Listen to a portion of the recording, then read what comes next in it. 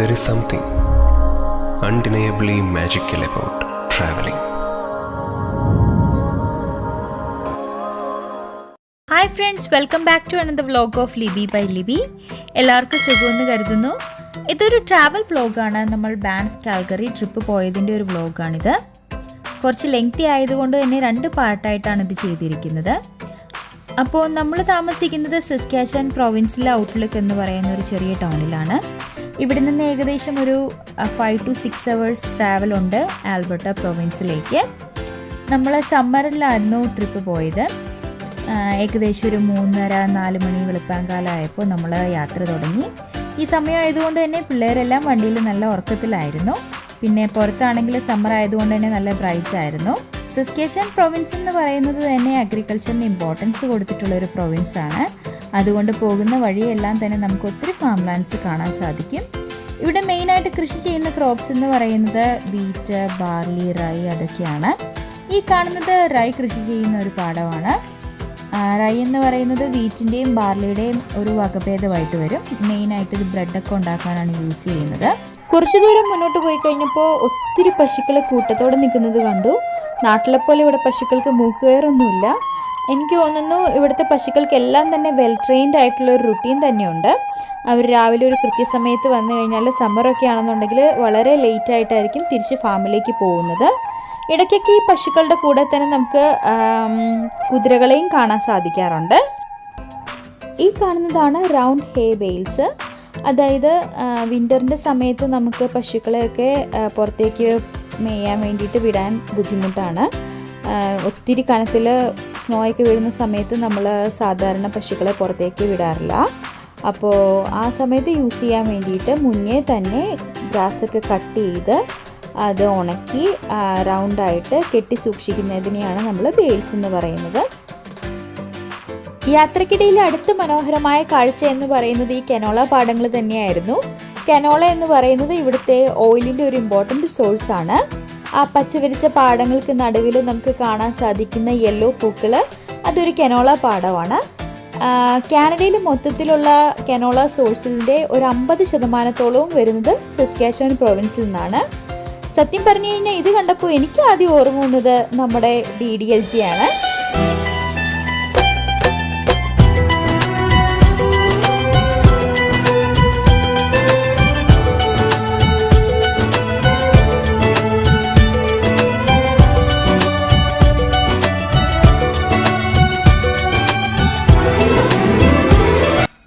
അങ്ങനെ പതുക്കെ DDLGയിലെ പാട്ടൊക്കെ കേട്ട് നമ്മൾ സസ്കാച്ചൻ ബോർഡർ കടന്ന് ആൽബർട്ടയിലേക്ക് കയറി.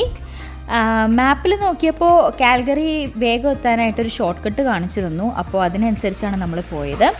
പക്ഷേ കുറച്ച് ദൂരം ചെന്ന് കഴിഞ്ഞപ്പോൾ മാപ്പിൽ വഴി പോകണ്ടെന്ന് തോന്നിപ്പോയി. കാരണം ഭയങ്കര ഡസ്റ്റി ആയിരുന്നു. അതേപോലെ തന്നെ വഴി മുന്നോട്ട് പോകുന്തോറും ചെറുതായിട്ട് വരുന്ന പോലെ തോന്നി. ഹെയർപിൻ പോലത്തെ വളവുകളും ചുറ്റുമുള്ള വമ്പൻ മണൽക്കൂനകളും ഒക്കെ കണ്ടപ്പോൾ ശരിക്കും പേടിച്ചു പോയി. ഈ വഴി ചെന്ന് അവസാനം ഒരു നല്ല വഴിയിലേക്ക് എത്തുമോ ഇല്ലയോ എന്നുള്ളതിന് ഭയങ്കര ഡൗട്ടുമായി. പിള്ളേരൊക്കെ ഈ സമയം കൊണ്ട് എണീറ്റിട്ടുണ്ടായിരുന്നു. അവരൊക്കെ ഹെൽപ്പ് എന്നൊക്കെ പറഞ്ഞ് അലറി പോവുമായിരുന്നു. പിന്നെ അങ്ങനെ നോക്കിയപ്പോഴത്തേക്കും പെട്ടെന്ന് അങ്ങ് ദൂരെ നമുക്കൊരു പാലം കാണാൻ സാധിച്ചു. അപ്പോൾ മനസ്സിലായി വഴി എന്തായാലും ഇതേപോലെയല്ല, ഇനി മുന്നോട്ട് കുറച്ച് മാറുന്നുണ്ടെന്ന്. അങ്ങനെ പതുക്കെ നമ്മൾ ആ പാലത്തിൻ്റെ അടുത്തേക്ക് എത്തി.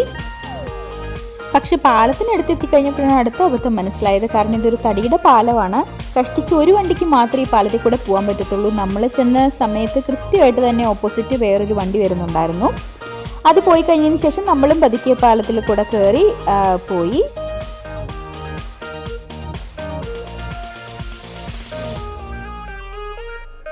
അങ്ങനെ പതിയെ നമ്മുടെ വഴി വൈഡാകാൻ തുടങ്ങി. നമ്മൾ ഹൈവേയിലേക്കും കയറി. സസ്കാച്ചൻ അറിയപ്പെടുന്നത് the land of living skies എന്നാണെങ്കിൽ ആൽബർട്ട അറിയപ്പെടുന്നത് the country of wild roses എന്നാണ്. പോകുന്ന വഴിയെല്ലാം തന്നെ നമുക്ക് ഒത്തിരി കൂറ്റൻ മലനിരകളും പൈൻ ഗാർഡുകളും ഒക്കെ കാണാം.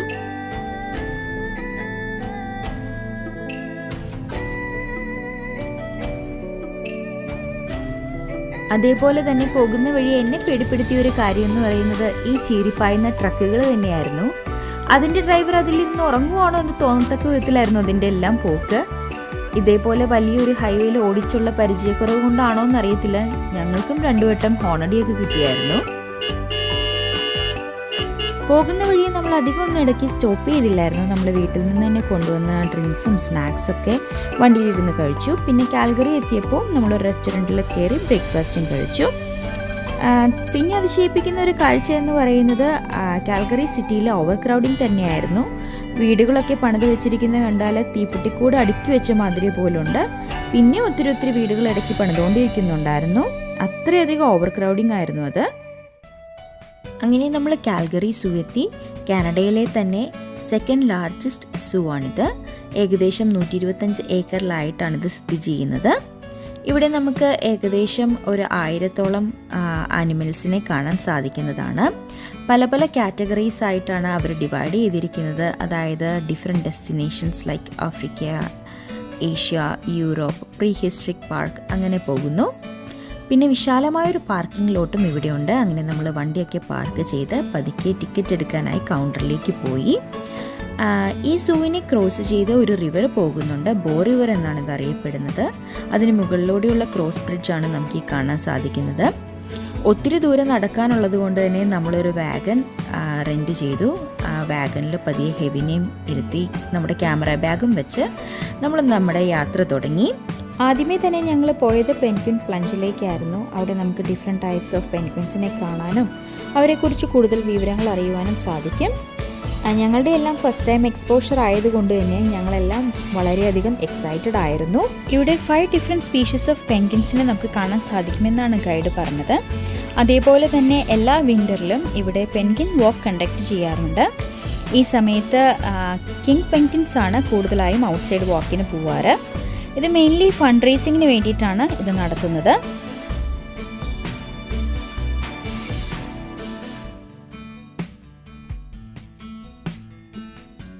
കുറച്ച് കഴിഞ്ഞപ്പോൾ തന്നെ നമ്മൾ അവിടെ നിന്ന് പോന്നു. കാരണം അതിൻ്റെ ബോട്ടിലി വേസ്റ്റും സ്വെറ്റും ഒക്കെ കൊണ്ടിട്ട് ഭയങ്കര ഒരു റോ സ്മെല്ലായിരുന്നു. അടുത്തതായി നമ്മൾ പോയത് പ്രീ ഹിസ്റ്റോറിക് പാർക്കിലേക്കായിരുന്നു. സത്യം പറഞ്ഞു കഴിഞ്ഞാൽ ഡൈനോസോഴ്സ് എർത്ത് റൂൾ ചെയ്തുകൊണ്ടിരുന്ന ടൈം പീരീഡിലേക്കുള്ള ഒരു ട്രാവൽ ബാക്ക് തന്നെയായിരുന്നു ആ യാത്ര. ഡിഫറെൻറ്റ് ടൈപ്പ് ഓഫ് ഡൈനോസോഴ്സിൻ്റെ ലൈഫ് സൈസ്ഡ് സ്റ്റാച്യൂസ് നമുക്കവിടെ കാണാമായിരുന്നു. അതിൽ മിക്കവയും ആനിമേറ്റഡ് ആയിരുന്നു. അതായത് മോട്ടോർ വെച്ചിട്ട് പലതും മൂവ് ചെയ്യുന്നതും അതേപോലെ തന്നെ സൗണ്ട് പ്രൊഡ്യൂസ് ചെയ്യുന്നുണ്ടായിരുന്നു.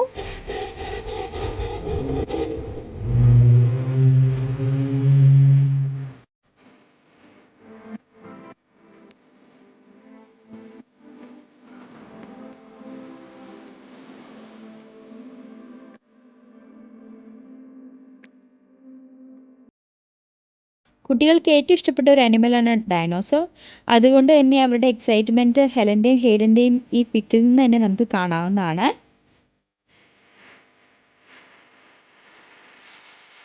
ഡൈനോസോർസ് സ്റ്റാച്യൂസ് മാത്രമല്ല, കുട്ടികൾക്കായിട്ടുള്ള ചെറിയൊരു പ്ലേ ഏരിയയും കൂടെ അവിടെ ഉണ്ടായിരുന്നു. ലൈക്ക് ഡൈനോസോർസ് സ്ലൈഡ്സും അതേപോലെ തന്നെ അവർക്ക് എക്സ്പ്ലോർ ചെയ്യാൻ പറ്റിയ ചെറിയൊരു ടണൽ മോഡൽ കേവൊക്കെ അവിടെ ഉണ്ടായിരുന്നു.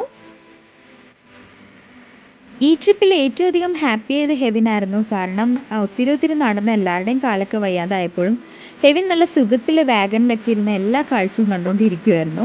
പ്ലേ ഏരിയ കൂടാതെ മാൻമെയ്ഡ് ആയിട്ടുള്ളൊരു വാട്ടർഫോൾ കൂടെ അവിടെ ഉണ്ടായിരുന്നു.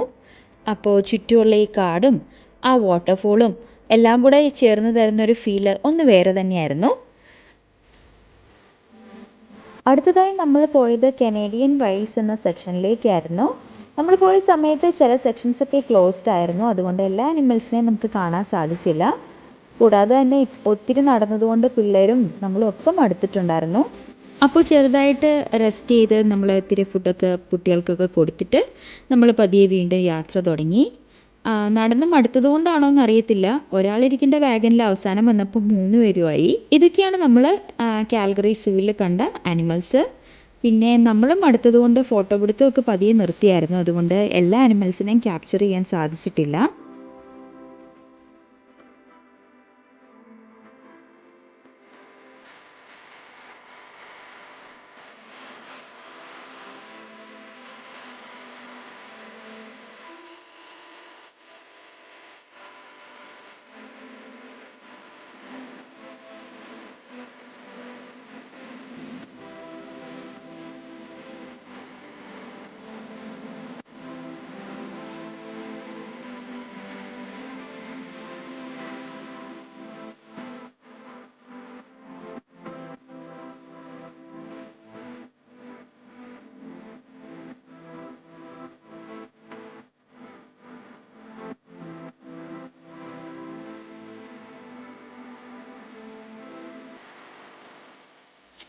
അവസാനമായി നമ്മൾ പോയത് ബാക്ടോപ്പിയ ആയിരുന്നു. ഇത് നേച്ചർ ഇൻസ്പയർഡ് ആയിട്ടുള്ള ഒരു പ്ലേ ഏരിയ ആണ്. ഇത് പണി കഴിപ്പിച്ചിട്ട് വളരെ ചുരുക്കം വർഷങ്ങളേ ആയിട്ടുള്ളൂ. തളർന്നു മടുത്തതിൻ്റെ ക്ഷീണമൊന്നും ഹെലനും ഹെയ്ഡനും ഹെവിനും അവിടെ പോയപ്പോൾ ഉണ്ടായിരുന്നില്ല. എനിക്ക് തോന്നുന്നു അവർക്ക് ഈ ട്രിപ്പിൽ ഏറ്റവും കൂടുതൽ ഇഷ്ടപ്പെട്ടതും ഈ പ്ലേ ഏരിയ തന്നെയായിരുന്നു തോന്നുന്നു. ഒരു കൂറ്റൻ ചെതൽപ്പുറ്റും അവിടെ നിന്ന് ഡിഫറെൻറ്റ് സ്ലൈഡ്സിലേക്കുള്ള ഒരു നെറ്റ് ബ്രിഡ്ജും അവിടെ ഉണ്ടായിരുന്നു. ഹെലനും ഹെയ്ഡനും ഒക്കെ വളരെ കൂളായിട്ട് ആ ബ്രിഡ്ജിൽ കൂടെ പോയെങ്കിൽ എനിക്കത് കുറച്ച് സ്കെയറി ആയിരുന്നു. അവസാനം ഹെവനെ തിരിച്ചു കൊണ്ടുവരാൻ വേണ്ടിയിട്ട് ടോമിന് തന്നെ വരേണ്ടി വന്നു. സൂവിൻ്റെ മാപ്പ് ശരിയായി ഫോളോ ചെയ്യാത്തതുകൊണ്ട് ചില ആനിമൽസിനെയൊക്കെ ഞങ്ങൾക്ക് മിസ്സായി. എങ്കിലും വിശപ്പിൻ്റെ വിളി കൊണ്ട് ഞങ്ങൾ പതിയെ മടങ്ങാമെന്ന് വിചാരിച്ചു. അവിടെ ഒരു കഫേ കം ഗിഫ്റ്റ് ഷോപ്പും കൂടി ഉണ്ടായിരുന്നു. അപ്പോൾ അവിടെ നിന്ന് നമ്മൾ അത്യാവശ്യം റിഫ്രഷ്മെൻ്റ് ഒക്കെ നടത്തിയിട്ട് പതിയെ തിരികെ പോന്നു. തിരികെ വരും വഴി ഇൻട്രസ്റ്റിംഗ് ആയി തോന്നിയ മറ്റൊരു കാര്യം എന്ന് പറയുന്നത് ഈ ജയന്റ് ബ്ലൂ എഗ് തന്നെയായിരുന്നു. ഇതിന് ഏകദേശം 7.5 മീറ്റർ ഉയരം വരും. ഇതുണ്ടാക്കിയിരിക്കുന്നത് സ്റ്റീൽ, കോൺക്രീറ്റ്, അലൂമിനിയം എന്നിവയൊക്കെ വെച്ചാണ്. ഇതിൻ്റെ ഉള്ളിൽ നമുക്ക് പലതരത്തിലുള്ള അനിമൽസിനെയും പ്ലാന്റ്സിനെയും ഒക്കെ നമുക്ക് കാണാം. ഇത് റെപ്രസെൻ്റ് ചെയ്യുന്നത് തന്നെ പ്രകൃതിയിലെ ജീവജാലങ്ങളെല്ലാം പരസ്പരം എങ്ങനെ ബന്ധപ്പെട്ടിരിക്കുന്നു എന്നത് കാണിക്കാൻ വേണ്ടിയിട്ടാണ്. അങ്ങനെ നമ്മുടെ കാൽഗറി സൂ ട്രിപ്പ് അവസാനിച്ചു. പിന്നെ നമ്മൾ പോയത് സാവോയ്സിലേക്കാണ്. ഞങ്ങളുടെ സാസ്കറ്റൂൺ ഇന്ത്യൻ റെസ്റ്റോറൻറ്റ്സ് ഉണ്ടെങ്കിലും സൗത്ത് ഇന്ത്യൻ ഒന്നും തന്നെ ഇല്ല. അതുകൊണ്ട് വളരെ പ്രതീക്ഷയോടുകൂടിയാണ് ഞങ്ങൾ സാവോയ്സിലേക്ക് പോയത്.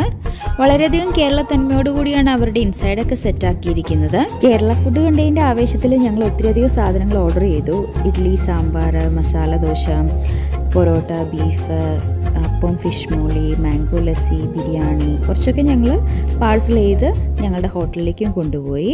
ഞങ്ങൾ താമസിച്ചത് കാൽഗറിയിലെ എഡ്രിയിലുള്ള ഡെയ്സൺ ആൻഡ് സ്യൂട്ട്സിലായിരുന്നു. അവിടെ അത്യാവശ്യം വലുപ്പമുള്ള ഒരു 2 ബെഡഡ് സ്യൂട്ട് റൂമാണ് ഞങ്ങൾ ബുക്ക് ചെയ്തത്. ഇത് ഞങ്ങളുടെ മുറിയിൽ നിന്ന് പുറത്തേക്കുള്ളൊരു വ്യൂ ആണ്. നല്ല മനോഹരമായ ഒരു സൺസെറ്റും കൂടെ നമുക്കിവിടെ കാണാൻ സാധിക്കും. കുറച്ച് കഴിഞ്ഞപ്പോൾ പിള്ളേർക്കെല്ലാം സ്വിം ചെയ്യാൻ പോകണമെന്ന് പറഞ്ഞുകൊണ്ട് ഞങ്ങൾ താഴെ പൂളിലേക്ക് പോയി. വളരെയധികം സ്പേഷ്യസ് ആയിട്ടുള്ളൊരു പൂളാണ് ഇവിടെ ഉള്ളത്. അതിനെ അസോസിയേറ്റ് ചെയ്ത് ഒരു മെഡിക്കൽ സ്പാ ടബും കൂടി ഉണ്ട്. കുറച്ചു നേരം പൂളി കളിച്ചതിന് ശേഷം ഞങ്ങൾ തിരിച്ച് മുറിയിലേക്കൊക്കെ വന്ന് ഫ്രഷായി പതിയൊരു ഈവനിങ് വാക്കിന് ഇറങ്ങി. ഭയങ്കര കാറ്റായിരുന്നു പുറത്ത്. അപ്പോഴാണ് ഹെവിക്ക് ദർശനം മൂവിയിലെ ഡയലോഗ് ഓർമ്മ വന്നത്.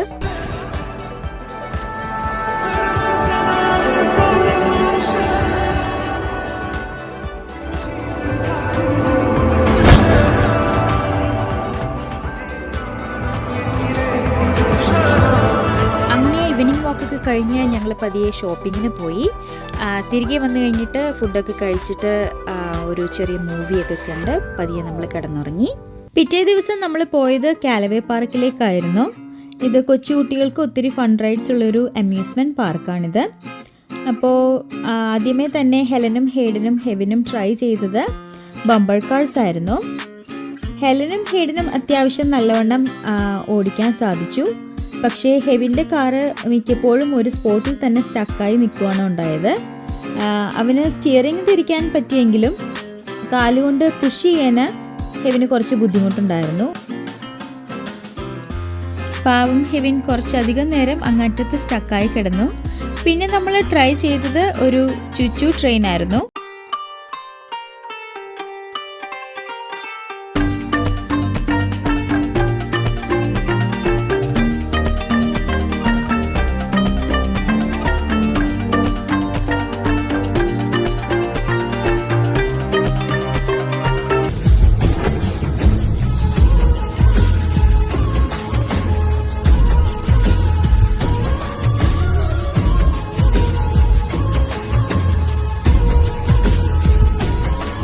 നമ്മൾ ട്രൈ ചെയ്തത് എഗ്സ് ആയിരുന്നു.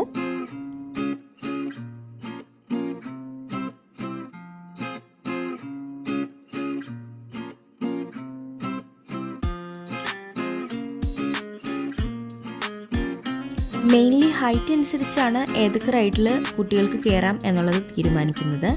അതുകൊണ്ട് ഹെവിന് വളരെ കുറച്ച് റൈഡുകളിൽ മാത്രമേ കയറാൻ പറ്റുള്ളൂ. അതിൻ്റെ ഒരു സങ്കടം ത്രൂ ഔട്ട് ഹെവിനുണ്ടായിരുന്നു. അടുത്ത റൈഡായിരുന്നു ഏറ്റവും ഫണ്ണി. ഞങ്ങൾക്കിപ്പോൾ CID മ്യൂസിയം മൂവിയാണ് ഓർമ്മ വന്നത്. ഉച്ചക്കിരുന്നോളം വിമാനാണ്.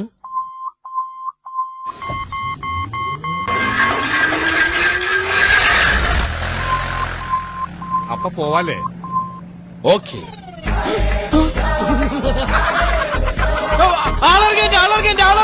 ആ എടപ്പിലി സ്റ്റോപ്പിലിട്ടാ ബാക്കി വല്ലതും ഉണ്ടാവുകയാണെങ്കിൽ ആലുവയിൽ ഇറക്കാം. ആ പിന്നെ പാപ്പി.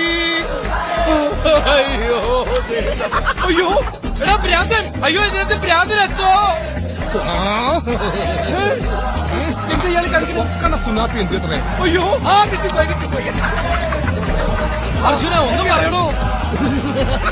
ആളിറങ്ങി നിർത്തണോ? പോണോ? അവിടെ ചെറിയൊരു ലേക്ക് ഉണ്ടായിരുന്നു. അവിടെ നമുക്ക് ഫിഷിങ് ചെയ്യാനുള്ള ഓപ്ഷനും ഉണ്ടായിരുന്നു. അപ്പോൾ നമ്മൾ പേ ചെയ്ത് കഴിഞ്ഞാൽ എല്ലാം അവിടെ നിന്ന് തന്നെ നമുക്ക് പ്രൊവൈഡ് ചെയ്യും. ടോമാണ് ആദ്യം ട്രൈ ചെയ്തത്. അരമണിക്കൂറിലേക്കായിരുന്നു ആദ്യം ടൈം തരുന്നത്. അത് കഴിഞ്ഞ് നമുക്ക് പിന്നെയും പേ ചെയ്ത് കഴിഞ്ഞാൽ നമുക്ക് എക്സ്റ്റെൻഡ് ചെയ്യാം. ഇടയ്ക്കൊക്കെ ഹെലനും ഹെയ്ഡനും ഒക്കെ അങ്ങനെയല്ല അപ്പേ എന്നൊക്കെ പറഞ്ഞു കൊടുക്കുന്നുണ്ടായിരുന്നെങ്കിലും ടോമിൻ്റെ സ്റ്റൈലിൽ തന്നെ ഫിഷ് ചെയ്തുകൊണ്ടിരുന്നു. അരമണിക്കൂർ കഴിഞ്ഞ് പിന്നെ നമ്മൾ സമയം എക്സ്റ്റെൻഡ് ചെയ്ത് 3/4 മണിക്കൂറായിട്ട് നമുക്കൊന്നും തന്നെ കിട്ടിയില്ല. അവസാനം തോൽവി സമ്മതിക്കാൻ മടിയുള്ളത് കൊണ്ട് പിള്ളേർ ഒച്ച വെച്ചുകൊണ്ടാണ് മീനെ കിട്ടാനേന്ന് പറഞ്ഞ് ടോം പതിയെ തടി തപ്പി.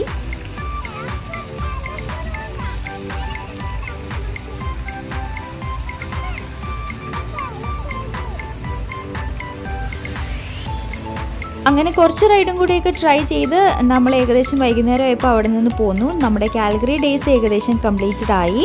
ഈ വീഡിയോ എല്ലാവർക്കും ഇഷ്ടപ്പെട്ടെന്ന് വിചാരിക്കുന്നു. അപ്പോൾ stay tuned for our next part of the vlog. Thank you everyone. By.